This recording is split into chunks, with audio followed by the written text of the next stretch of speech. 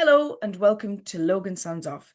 Today I'm going to be talking to a very interesting musician, the founder of the alternative folk band This Is the Kid, who have gone on to make some very interesting creations, including their latest studio album, Careful of Your Keepers, which I'm happy to have myself, as well as their latest release, which is a live album called Live at the Minack Theatre, as well as many other features with other artists.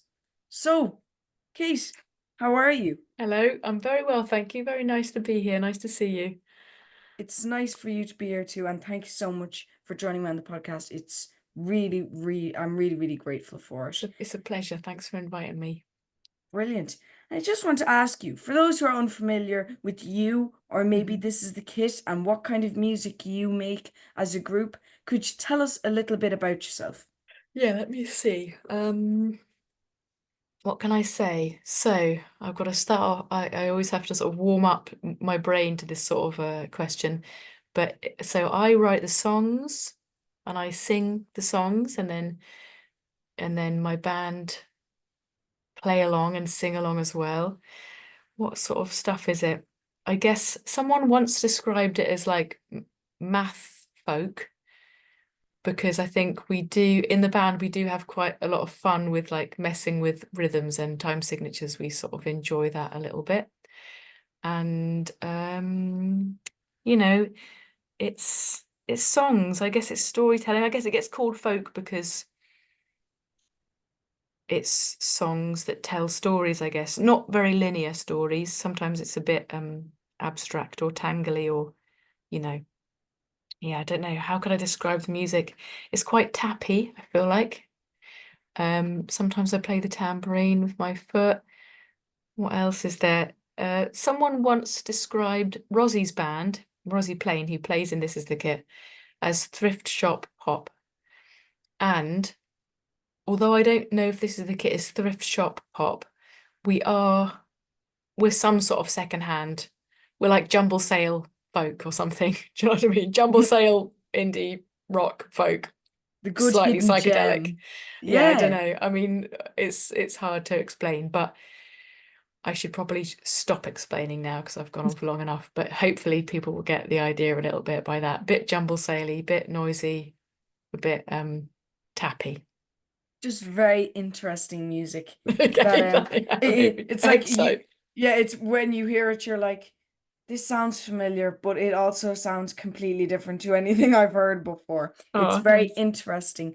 So definitely, if you haven't ever listened to This Is the Kit, before you do listen to this interview, maybe have a listen because they've created some really good songs. So Yeah, check press out that. pause now. Go and Yeah. listen to the whole back catalogue and Yeah, then come go and back listen to again. all six, seven albums, and then you can come back to us. Yeah, exactly. Only 7 hours of homework to do before you're allowed to listen to the rest of this podcast.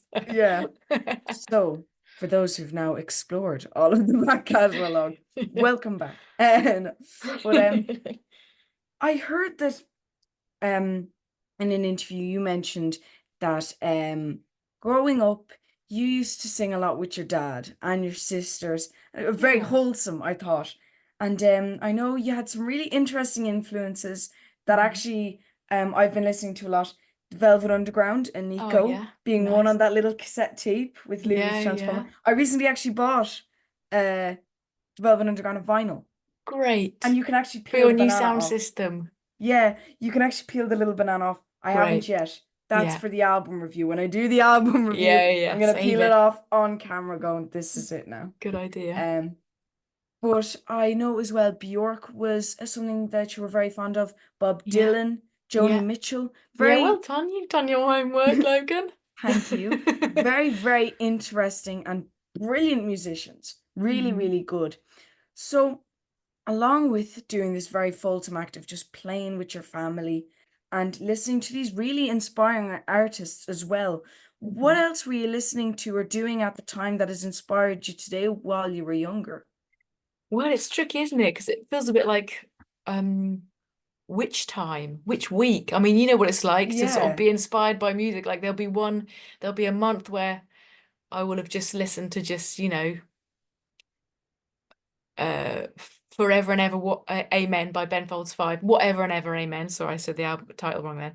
There'll be a month where I just listen to Ben Folds 5, and then there'll be another month where I just listen to Ronnie Size, and then that, I've sort of, as a when you're young, I feel like it happened to me more when I Pre-teens was young than maybe. now. Yeah, Yeah, pre-teens and around. it's just A blur. there's a lot. You're getting exposed to loads. Like I discovered listening to the radio, listening to the top 40 every Sunday night, taping stuff off the radio. Um, it all goes in. It's hard to remember it all, but I guess let's think. My big sisters were probably a big influence. They went to Tracy Chapman, and I remember getting into Tracy Chapman through them. Also, the Spin Doctors, got into them. Red Hot Chili Peppers, that was a sort of Oh happy, yeah. happy time when I was sort of pre pre early teens, listening to Red Hot Chili Peppers. I remember reading about that kind of punky sound. Yeah, Yeah, it's and really, really just cool. I liked loud guitar music. I liked, yeah, the Velvet Underground. We've already mentioned that. I got really into Skunk Anansie, things like that. I saved up all my pocket money and bought myself a see-through Game Boy, and would like I had two games, Tetris and something else, which was like some sort of platform game. And I would just listen to Skunk Anansie really loud, play on my Game Boy for hours, and it was great, happy times. That just sounds really nice and happy, doesn't it?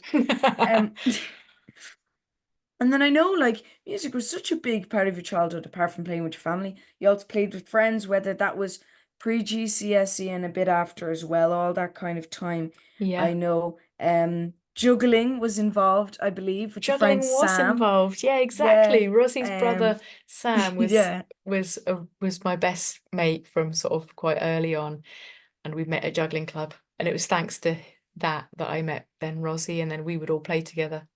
And I like thinking about it. It wasn't actually until I was a bit older that I played with my family. Until I was sort of a teenager, mid to late teens, I would say. I was just really shy and didn't dare. I guess I didn't sing in front of my family. I guess I would play guitar with them like at barn dances and stuff a little bit. I guess I'd play music, but it wasn't until like they hadn't heard me sing until I was like 15 or 16 and did like a school performance, and they didn't realize that I ever sang anything ever until I did this concert, and then they were like, "Oh, that's Kate up there." I think they were quite surprised. And then so it was like later on, sort of late teens, early adult, that I started playing more with my family. But it's true that like from quite an early teens age was when I would play with Sam and Rosie. Like we would play music together growing up at secondary school. Things like Sun House. Do you know that band, Sun House? I actually heard you mentioning it in an interview today. I was listening to an interview and you Oh, nice said that you one. played maybe a bit of Son House and Yeah. things like that. Yeah. I don't know the band though. I actually didn't. It's And really I, nice. It's great. They did a lot of yeah. music for film, and they Oh, didn't make wow. loads of albums. Anyway, I just have really strong memories of playing their songs with Sam and Rosie. And what else? I mean, their family, the Leyden family, were sort of quite a big musical influence on me. They sort of their parents like had a little bit more sort of an eclectic and kind of experimental taste in music than my parents. My parents were quite sort of straight down the line, sort of British folk music, and also a bit of American folk music and sort of, 60s stuff. A lot of Simon and Garfunkel and Joni Mitchell and Bob Dylan and Oh, stuff. But wow. in Sam and Rosie's family, they were listening to sort of Ivor Cutler and sort of stuff that was a little bit more weird and experimental. And that just was such a huge influence on um, what I then thought was possible in music, and the sort of things that I found really inspiring. And just I remember Sam introducing me to the Beta Band, and I was just so delighted and happy and like over the moon, like listening to the three EPs album, and that song that's called Push It Out, and that's just what they say for however long the song lasts. And I just thought, this is so great. You can do that. You can just sing the words push it out for 6 minutes or however long it is. and that's enough. And that is a brilliant song and a brilliant piece of music. It doesn't have to have like loads of lyrics and loads of chord changes, and it's just got to be people having fun and meaning it. And I loved it. Yeah, formative times. Wow, that's really, really interesting. And the way you speak about Sam and Rosie, though, they seem very important to you regarding looking back now at Yeah. that period of time. Was there anybody else or that influenced your taste? And what kind of music was being influenced at the time? Was it a lot of modern music, or were some of your friends more into what you're saying there, that kind of era of American folk and stuff like Joni Mitchell, Bob Dylan, Velvet Underground, Lou Reed, that kind of vibe? Yeah, I guess my friends at secondary school, I'm trying to think.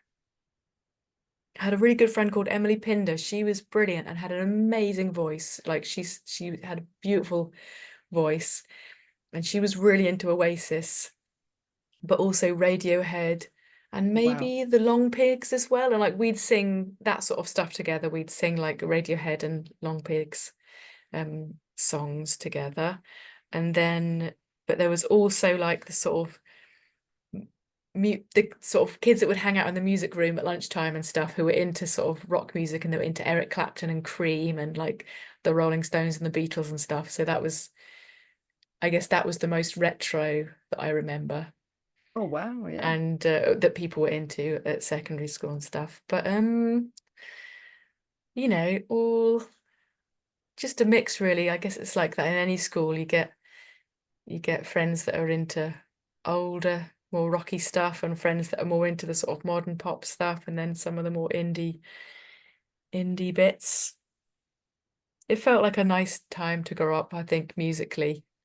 I mean, I guess I would say that because that's when I grew up, and now I think about it and I'm nostalgic about it and I like it. But you know, there was some fun stuff going around when I was at secondary school. I enjoyed it.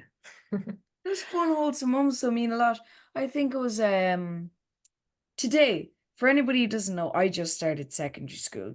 The date is, for anybody who doesn't know, I just want to say what the date is so that they know what kind of time this is. This is 2024, and this is the 10th of September now, and I have just started secondary school. And I was going to the music room, and I looked in and I went, "Oh my God, 6 years or something. We're never gonna get in here." And I looked in and I noticed, is that music I hear? And they were playing Piano Man by Billy Joel, Oh, and great. but the guy there actually had a harmonica Yeah. that he was playing along with. He was playing the piano and playing the harmonica, and everybody was singing around him. Oh, And great. all of our the first years, because I was there with them, we just stood and looked in the door. And then I kind of went, wait, why am I singing along with them? And then they went on to Bohemian Rhapsody and stuff. Oh, wow, cool. Advanced. That Yeah, is yeah, that's a tricky number to I, play. I know. And we just kind of stood there watching them. I got like, oh, in front of the door. It's I'm going, great. wow, that's incredible. And And so sixth that year they were comes all up. students from Yeah, like a different year. Great, yeah. And brilliant. six years came up to us. Oh, you can go in. And he kind of like taps him. Yeah, go in. Exactly, you We can just kind of just go walked in like in. smiling. Yeah, well done, lads. Sat down in the chair and just watched them keep playing. And it was just really, really nice. They left a lot Yeah. of rubbish behind them, but Uh-oh. yeah. So that, but luckily our music teacher is a kind soul. So, Okay. um, Great. Good for but them. it was really, really lovely to see. So I love those kind of wholesome moments. Yeah, So that it's was, sort of it's really yeah, formative. It's really formative. And I remember like again, like same here. Our music teacher at secondary school was called Mr. Eves, and he was so brilliant and so kind and so like he was so like there for all the students, and he, ran the orchestras, did all this extra music stuff for everyone. And it means a lot. It really goes into people's sort of, DNA, into their sort of experience, and then like serves them really well later.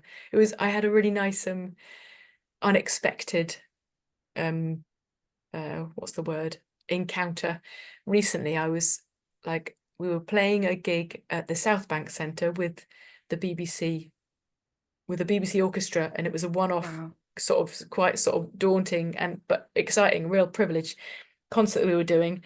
And I was just sort of on the phone outside talking to Rosie's brother Sam, there he is again, and Mr. Eves, my old music teacher from secondary school, walked past with his wife, and he was like, "Hello," and I hadn't seen him since I was sort of, 16 or something probably, and it was so lovely. And he'd come to see the gig, and I was so gobsmacked and so touched that he sort of not only remembered who I was, but was up for coming and seeing, a concert that I was doing. It was really, really lovely. It was so nice to see him. And it was just amazing also that I was on the phone to Sam, because we would hang out in the music room together, and do stuff with Mr. Eves. And I was like, Sam, I just bumped into Mr. Eves. And it was great. It's really nice. It's nice when you can sort of cross paths again with important teachers and important adults from our sort of past. I think that's really special when that happens. It feels like a cycle, nearly like a relapse. Yeah, It's it's really, really yeah. nice to find people again and have a check-in down Yeah, no, further down the line. I can see what you mean. And then I know I'm kind of jumping from where you were kind of this That's all right. Jump all you like. GCSE, and now we're going dum, straight to the beginning of your music career. Oh, And well, I there, wonder when that was. this was a very interesting point now for you, as you know, 2006, because not only did you have now, I am going to botch this pronunciation. You should have seen me trying to pronounce names off Autobahn by Kraftwerk. Oh, You, yeah. oh It's my not God. easy. That's all right. It was very hilarious. I should have uploaded it not as a review, but like a skit or something. But It's fine.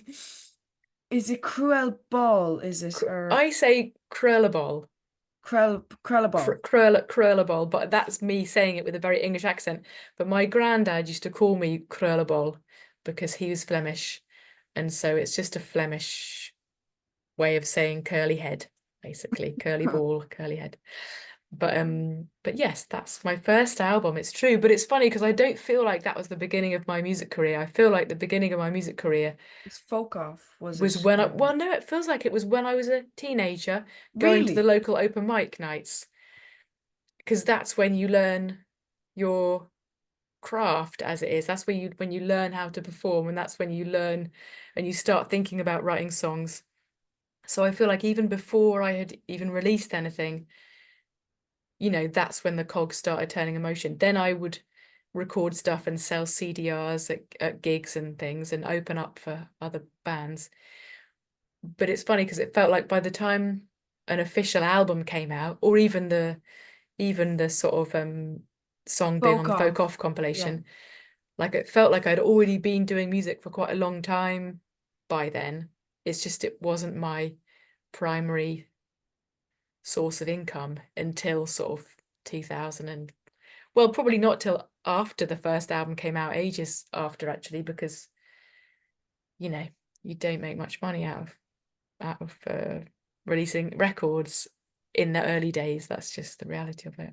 But actually, that's so interesting that you made that point because I remember somebody said on like a YouTube channel or something, Hmm. um, somebody was saying, "Oh, music is so easy to make," and he turned around and said, "Well, the thing is about music, it's easy or hard, whatever. That's not the point. Music can be anything. Music doesn't have to be recorded. Music can just be a piece, a Yeah, project." So, and that's then true. I kind of realized that not all the music out there is on the Spotify's or the YouTube. That those music projects can mean a lot more. So I actually find that very interesting that you made that point. So thank you for that. Oh But well, it's all right. but with Krell Ball, um, I'm not sure it was actually before at the same time. Mhm. Uh, robbed a bank, Oh and I yeah. discovered him. I'd say 2 years ago on a compilation, Blue Balearic, I think it was called. Okay. And uh, robbed a bank is very well known, as you Mhm. know. And if anybody else doesn't know, he is very well known. He's on BBC Radio. Yeah. And I believe he approached you in 2006 and asked, would you like to be on a compilation called Folk Off? Yes. Back And in the if you, days of the folk puns, I feel like the early 2000s, everything was about using the word folk in a sentence that yeah, that could have been a rude sentence. Like I feel like you there was mentioned so a many couple things in like an that. interview, and I remember Did I? cringing next to it, going, "Oh my God, these are just."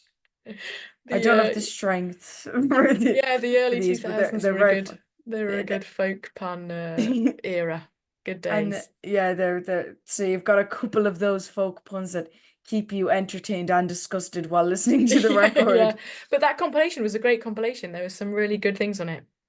It was, and one of the songs that was on it, which was definitely a great song, was Two Wooden Spoons, True, which is on true. Krülle Bol.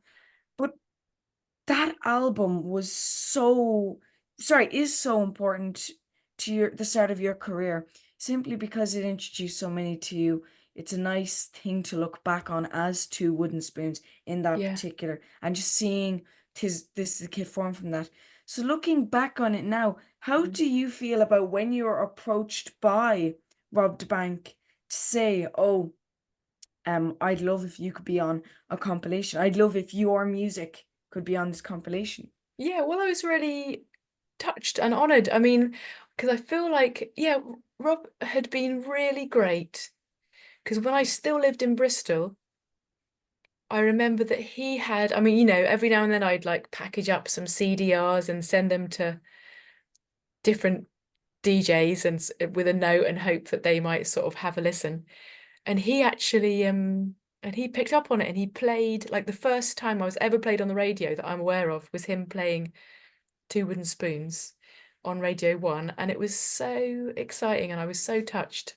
And then it was him that got me in to do a session at Maida Vale, and I went and did it with my twin sister Emily. That was really nice. I sort of got her to come and sing with me. And I just really appreciate that he noticed what I was doing and liked it enough to sort of support it and encourage me. And then the fact that he was up for like having this song on this compilation that his record label was putting out, it was just really great. It makes a really big difference. And there's still people to this day who say, "Oh, I found out about your band from that Folk Off compilation." Like it had a really big effect, I think, on the future of my, you know, path. Well, it's honestly quite beautiful that it did that. And actually, the compilation will be linked below for anybody who wants to see it. I just think the kind of irony of it, the title, and people still pick it up and listen to it. Yeah, Like yeah, on, yeah, oh, well, this looks great. But This looks great. it is kind of funny. This sounds like I've been put together by someone with a good sense of humour. Yeah, A good a good eye for a pun. let's have a go.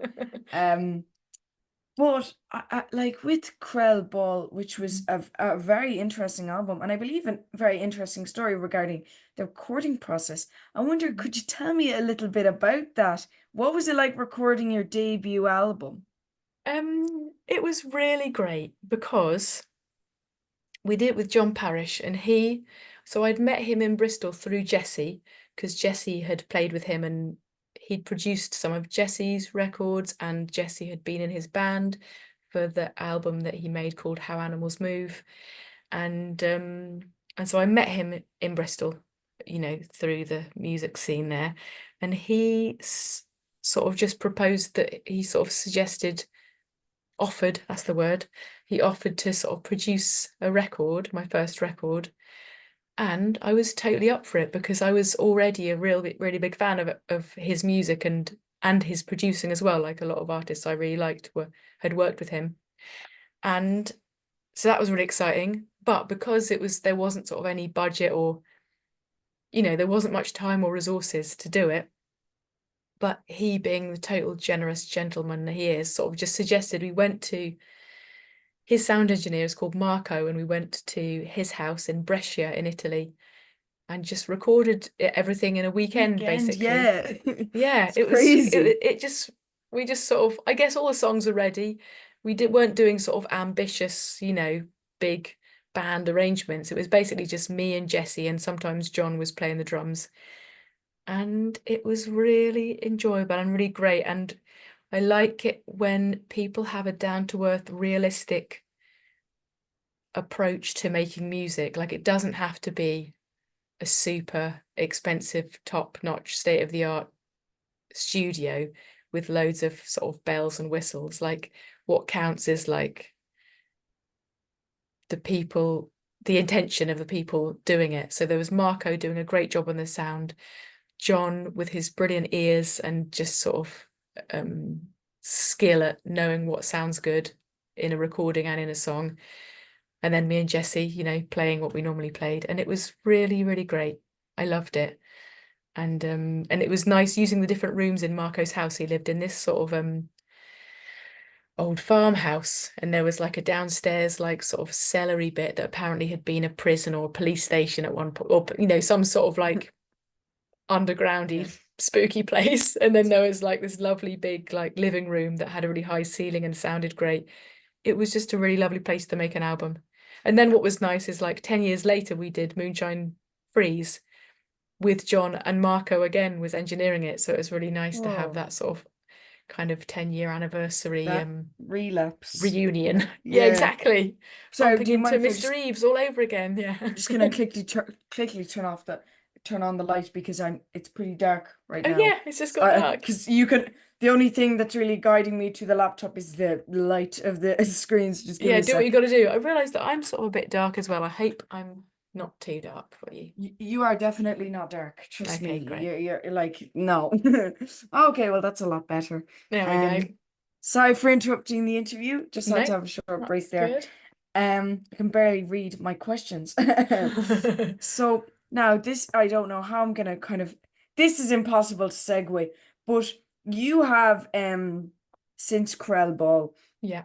and we mentioned there Moonshine and Freeze yet, I think was Where It Lives, and then you had Shaking Out the Sense, or no, Oh yeah. Wriggling, Wriggle oh, Out the Restless. Wriggle Out the Rest, sorry, and then you had Bashed Out, Moonshine Freeze, Off, Off, On, and then this Careful of your beauty. keepers. Yeah, yeah. Well done, This, Logan. That's very good. That was the whole woo! the whole list. I did it. I got it all. But this is your latest album. Now it does not come with the signatures or anything. I'm sorry. For anybody who got their hopes up.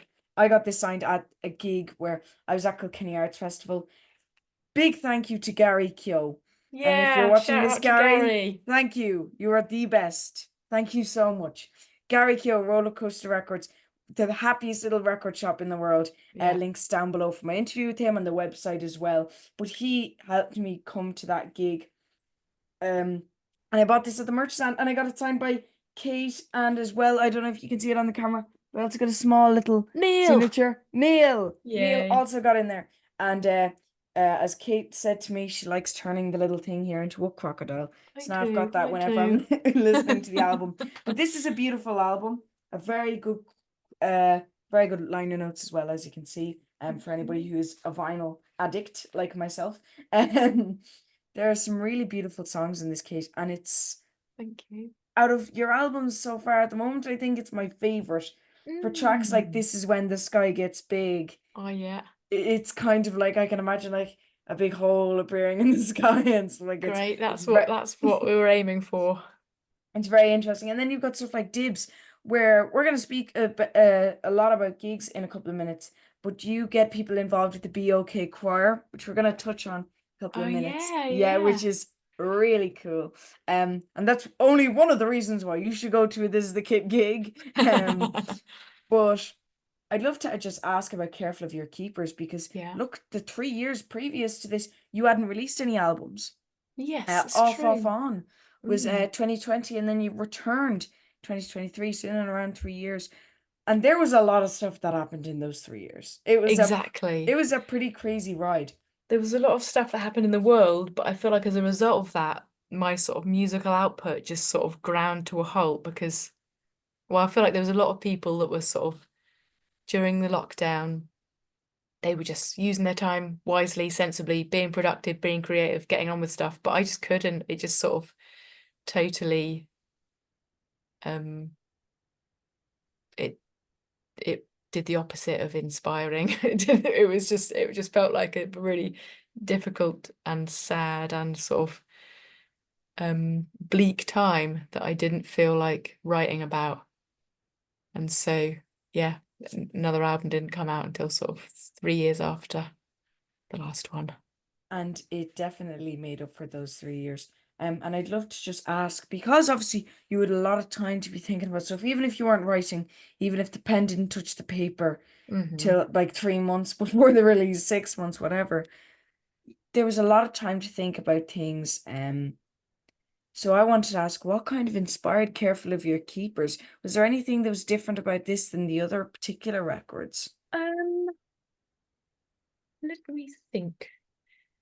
I mean, it came out of, I guess, living through and thinking about difficult stuff. So, but just difficult stuff that happened after COVID. Not particularly about COVID.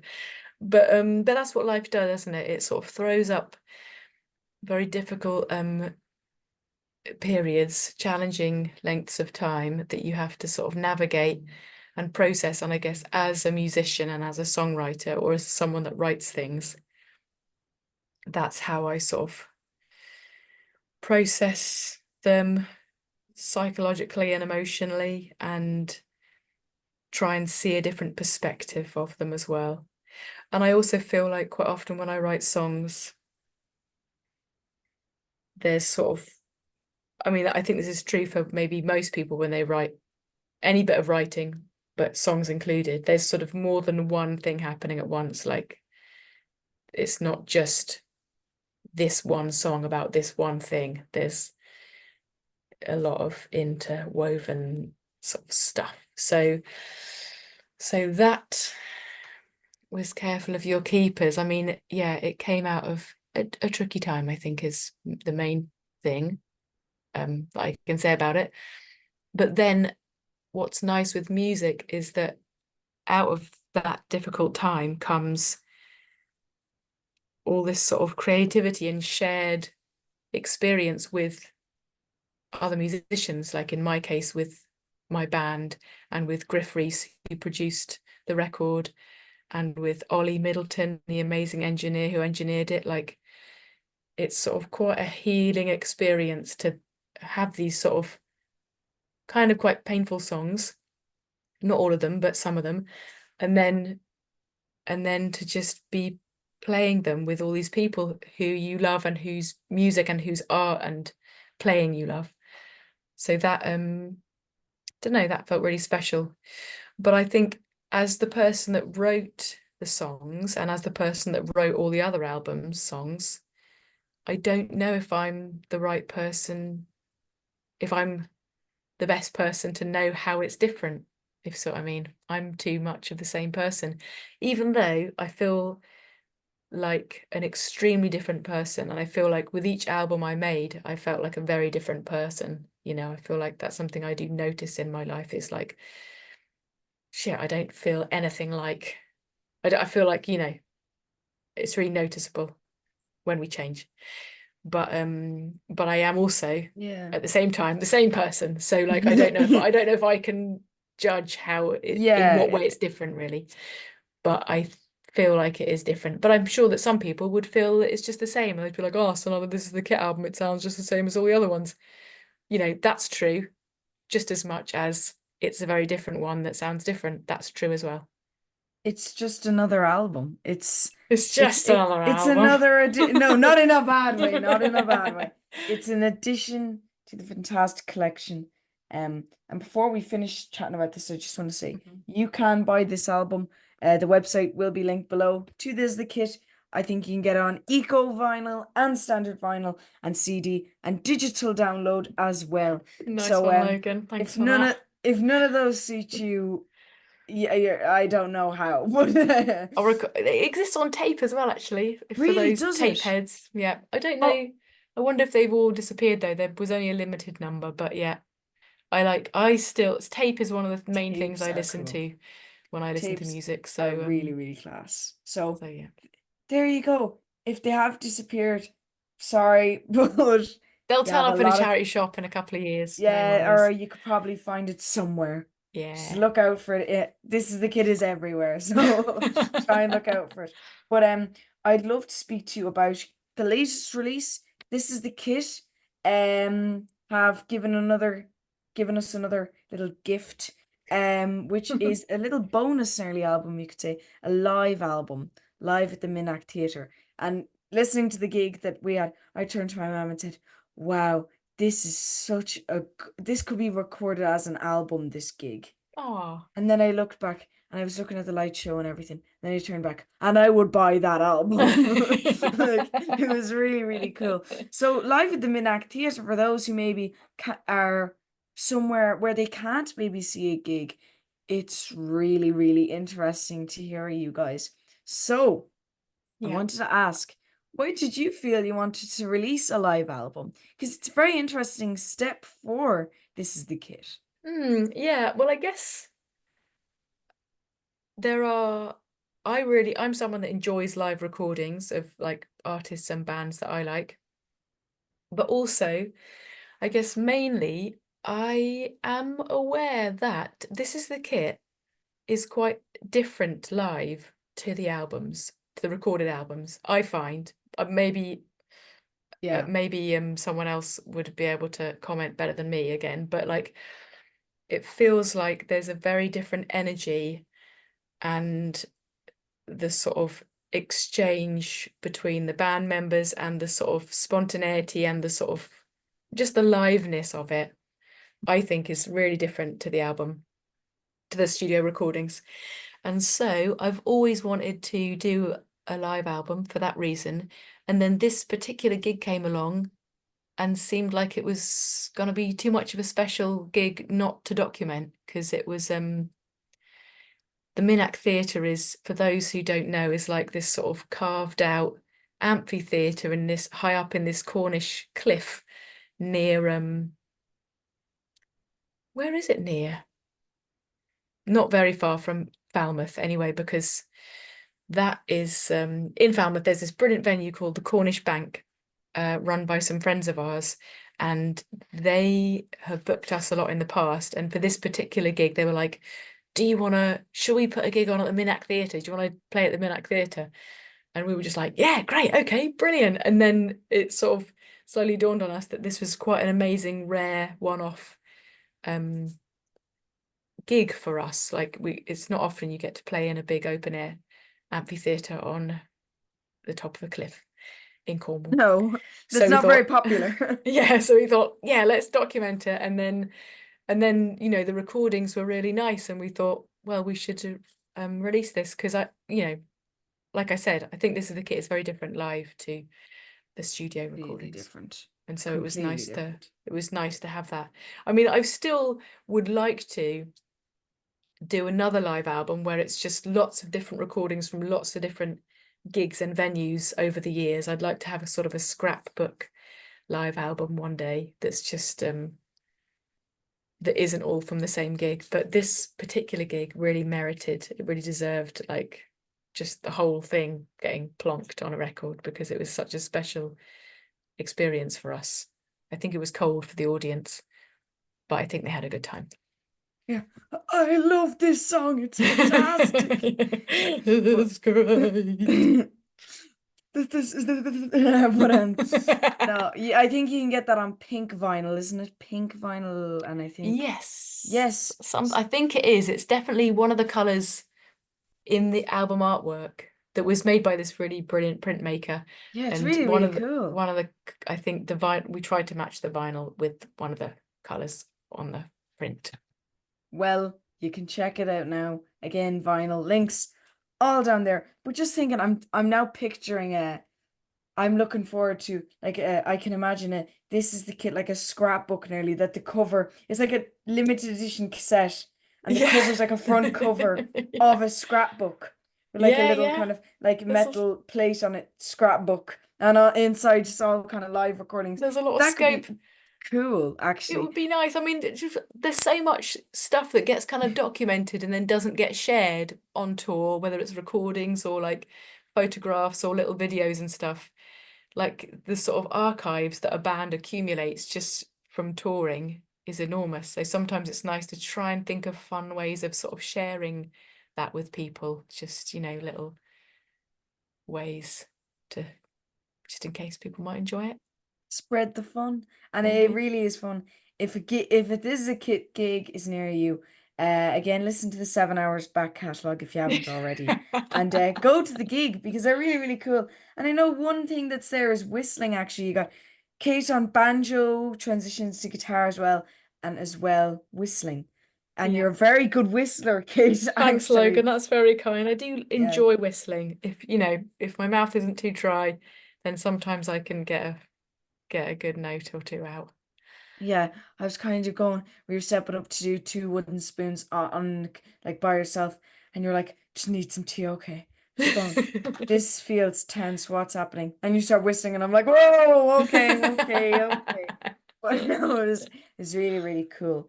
Oh, Um, but I have two little questions for you. They could be, because for some people they're easy, for some people they're the hardest out of the whole interview. okay, okay. So, the first of which, before our final question, feel free to sob now, anybody. Okay, yeah. Uh, so, our first question is, do you have any tips for upcoming musicians, not just even folk artists in general, or thrift shop pop Yeah, just jumble people in sale, general? jam Yeah, band. jumbo sale. Um, Anybody, upcoming musicians. well, I probably do. I wonder if they're sort of boring, but these are some things that I think are quite key. Let me try and dig them up. I think sound checks can often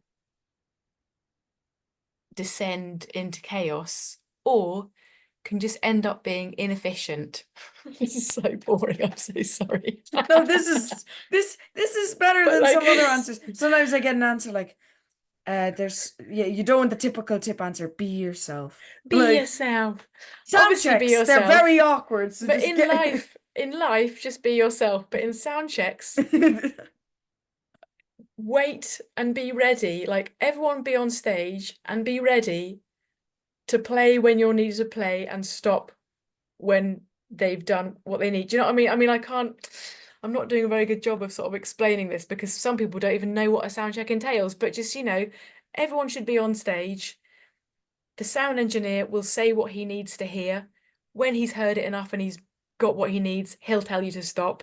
Then it's the next person. Like, I've got no time for people like wandering off or just like playing for 20 minutes when actually all they needed to do was 30 seconds. Just like do an efficient sound check where just chill everyone is out. paying attention and listening and getting the job done. Like I am, I've got very little tolerance for sort of disrespectful slackers that don't acknowledge the work that everyone else is doing, and be it sound engineers, the rest of the band, the whole production, like the time you're taking when you're sound checking, they've allotted you a certain time, use that time, but don't go over because then you're taking it away from someone else. You're taking away from someone's break, or you're taking it away from someone else's sound check.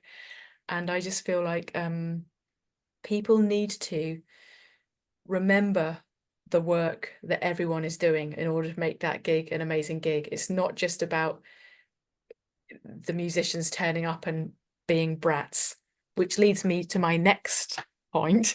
I'm sorry, Logan, Uh-oh. this is so terrible. But This is like kind of funny, but also just keep going, Kate. I feel I like can't I'm find sort an of adjective. I'm yeah, I know, sorry. I know. I've got a bit of like spleen to vent.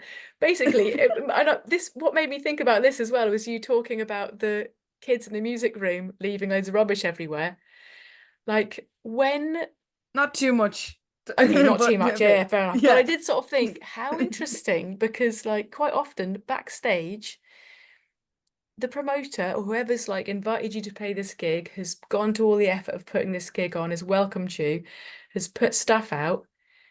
Bands will just absolutely trash the place and not put anything in the bin. And I just think if you wouldn't do that in someone's house, or would you? If you would, that's Yeah, awful.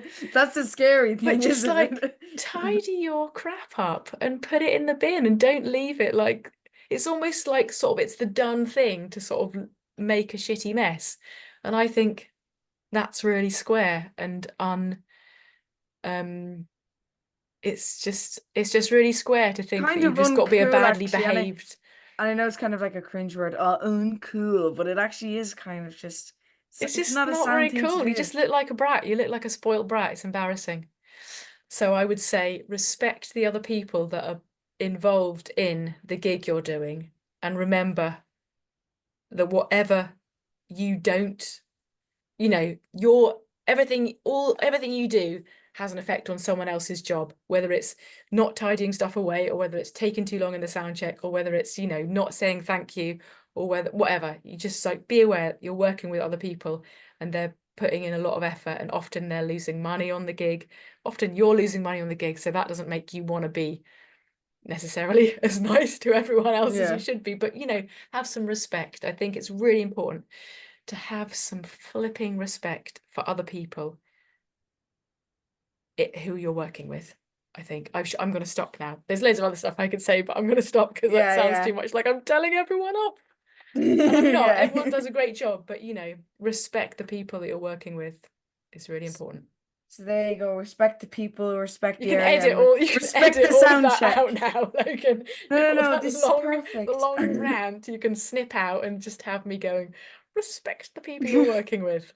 The end. But anybody who might have not found that so entertaining, I certainly, I no, I certainly did. I thought that was a great answer, because if you turned around and said a typical kind of answer, I'd be like, oh, that's really nice, but yeah, it's okay. Stay When true you to turn around and you. said sound checks, I went, Uh-oh, here okay. it comes. Um, Now No, what's gonna just happen here? But yeah. No, that was a really just good respect answer. people. You know. Thank you for that answer. It was really, really fun. So I hope you guys enjoyed that as well.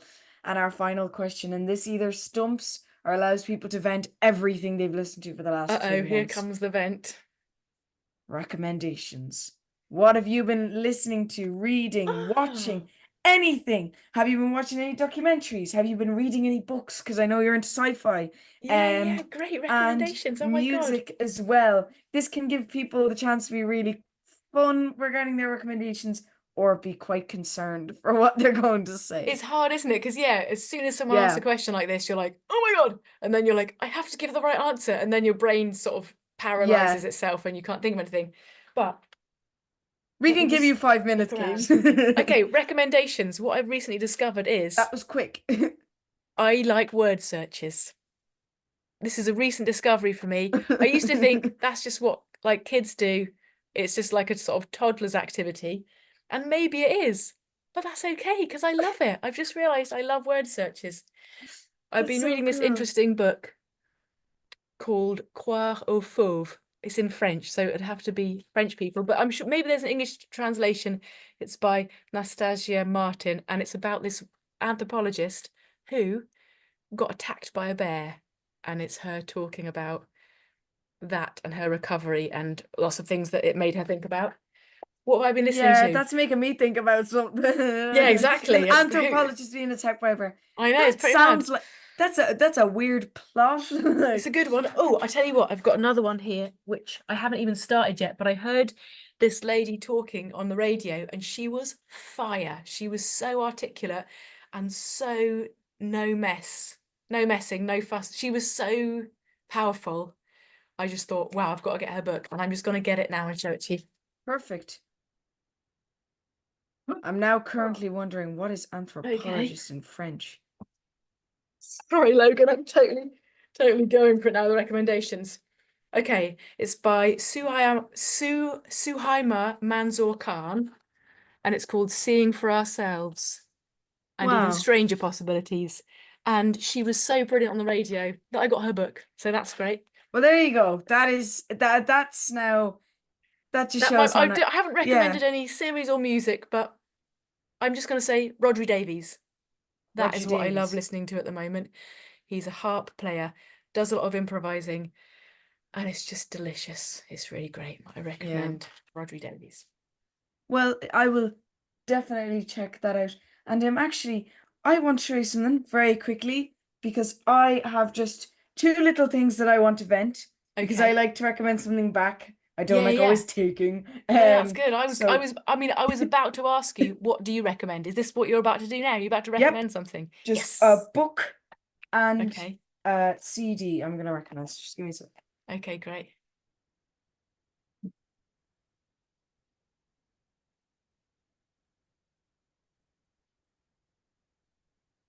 Now, these one of them's for you, and then one of them's for in general. Okay, Sorry, great. both of them. I'm not saying you cannot look at this.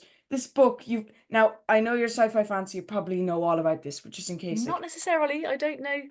Asimov. Asimov. Uh, Okay, yep, great. yeah, The Complete Robot. It's like this book series. Have you Brilliant. read this before? No, but Jesse in the band has, and he would Wow. often read me bits of it. So I feel like I've had little snippety installments, but I've not read it properly. But now I will because I've been recommended it by you. I'm currently on like a page. I've been reading it the whole summer, just slowly. Yeah, I'm on page 514. It's a Well thick done. book.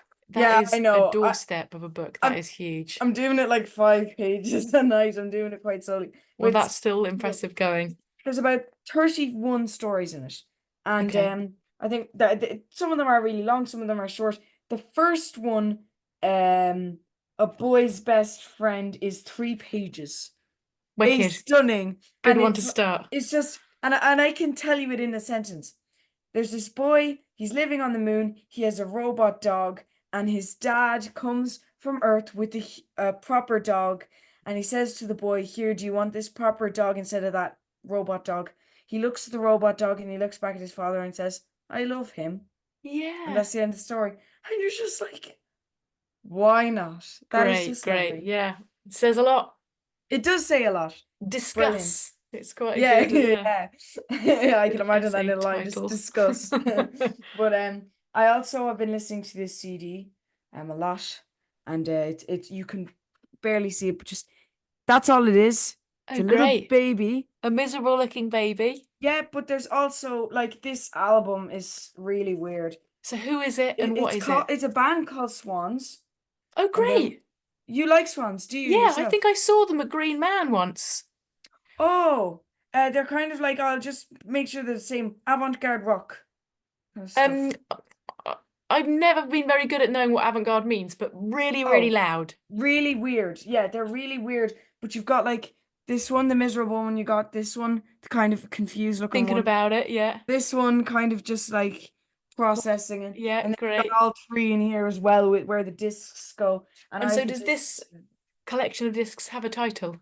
yes, this is called To Be Kind, and you To be can stream kind. this. And it's Okay, about 2 hours. It's a very long album, cool. but it's very strange. It's Okay, good. wacky. It's I'm gonna actually listen to quite that next. terrifying, but it's something I definitely would not put this on before going to bed or anything. I'd be up for half the night.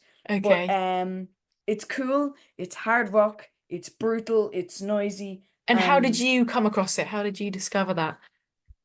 I think the first time I did was because I look into everything. I was looking at a vinyl book that I have that my Yeah. aunt gave to me, my aunt Jillian. She gave me this book, and you know the way they say, oh, most of the time he doesn't play, sorry, with the toy, he plays with the box. Yeah. Inside it was showing all these vinyl, and I was looking on the dust cover. It had tons of vinyl on it, and I was looking at the sides, going, "What's that one? What's that one?" And I saw Yeah. this one, but it was longer because it was a 3 LP, and Oh it said yeah. like "To Be Kind." And I went, okay, I'm gonna check that out. And I went, okay, on the internet. And I looked through it, and at the time I was very much into 3 minute rock songs. I wasn't into a lot of weird stuff. And I saw Yeah. this song called Toussaint Louverture, I think it's called, Hmm. slash Bring the Sun. 34 minutes, I went, not a chance. And I just discarded. And then I saw it on a YouTube channel. I went, I'm gonna have to listen to them. And now I love them. And I Yeah. really do adore them. It might be a phase, I don't know. But I would love to speak to the singer Michael Gira. It's Great. weird, it's wacky, it's Yeah. loud, it's noisy, and it's swans. Because I remember him Excellent. saying about it, swans are beautiful yet deadly creatures. And I Mm. went, oh. It kind of took a little while. And then I was like, okay. But yeah, To Be Kind by Swans. If you're into weird Great. stuff, check Yeah, this thanks, out. Logan. I'm looking forward to listening to Um, that.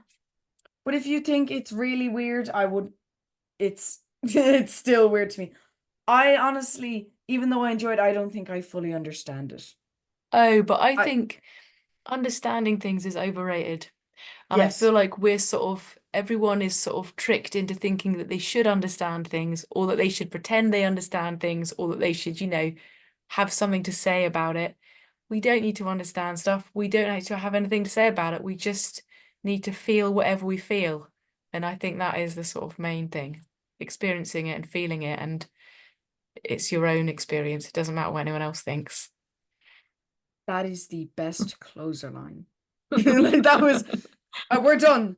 But no, I'm just kidding. But that was a great closer line. And actually, Thank before we you. go, I just have one quick question. Yeah. Just to sum up, maybe you can give a quick answer on what do you think now, looking from Yeah. Krülle Bol, Mhm. 2006 now to live at the Minack Theatre. Two, careful of your keepers. Out now, on eco vinyl on the back panel, whatever. You can still buy it. How do you feel the band's transitioned, or you as a musician in the past 18 years? Oh my God. I mean, just hugely. I mean, if you can think about, I mean, just anyone who's lived for more than 18 years, actually anyone who's even lived for less than 18 years, because I think you're probably going to understand this. Any age of person, you just change hugely, Yeah. like from one year to the next, from like we change so much and we learn so much, we grow so much. It's kind of hard to track it and hard to explain how it's happened. But I guess if I was to really try and think about, well, the band, first of all, the band has there wasn't a band at the beginning, and then slowly, like, Neil and Rosie and Jamie became more sort of permanent fixtures in the band. And now it feels like making Careful of Your Keepers, it felt more than ever that we just know each other so well, like personally, but also musically. It just almost feels like we've become this sort of organism or this sort of symbiotic sort of ecosystem where we get what the others do and respond to it and react to it in quite a natural way. Like I felt very, very grateful and sort of quite moved making Careful of Your Keepers, because we've just got to a place of being such a sort of yeah, musical organism family, if that makes sense. And then in terms of me being me changing as a musician, it's hard to know. I hope I'm braver than I used to be. I think I am braver than I used to be, but I also hope that I will be braver in the future. Like Yeah. I've got a lot of getting more brave to do. And so that's what I hope for the future. But I also am grateful that I think I have become braver. All right, Kate, you just muted there. It's funny because I didn't do that. What Oh, I I wonder think it what must me have happened here. well, I mean, it doesn't matter. Oh I mean, no, I think I know what where happened. I must click mute and then it came up for you and then I clicked mute. Sorry. So that's sorry. fine. I Continue mean, what you were saying. Sorry, I Kate. don't Oh my know at God. what point it got muted, but it was probably Oh, for the it best was because literally I was just going 5 seconds on ago. It was saying you were saying about braver in the future, just oh to be yeah. braver in the future. I mean, as a musician, I hope that I have got braver over these past 18 years, and I'm also hoping that I will get braver still over the next 18 years. That is all I can hope for, really. Just, perseverance and bravery, bit of courage. Well, that's brilliant and it's great to hear. Um, so there we have it. The end of Thanks, the Logan. interview. Thank you. It's Um, been so enjoyable. Thanks so much for your lovely interview. You're so thoughtful and articulate and a pleasure to chat to. Thank you. well, thank you so much, Kate, for saying that. I really do appreciate it, and thank you for joining me. So I've mentioned it multiple times now. You're probably back from the 7 hour back catalogue. This is the end. You're done now. You're okay. You can go to sleep now. Your Keepers by this kid. Try and pick it up. Try and see the show. It's incredible. And Kate, thank you so much for joining me on the podcast. Before we leave, is there anything that you want to say to the viewer? Um, um, um, um, um, um, um, um, Not really, just, be decent to each other, and even sort of saying hi to someone and smiling at them in the street is like a big, powerful, positive act. Just, Yeah, like on Dibs. Be okay. be okay, be Yeah, nice to at the end, people, just be okay. just be decent, yeah. Well, that's a brilliant note to end on. Thank you so much, Kate. Thanks, Logan. Lots of Thanks. love. Thank you.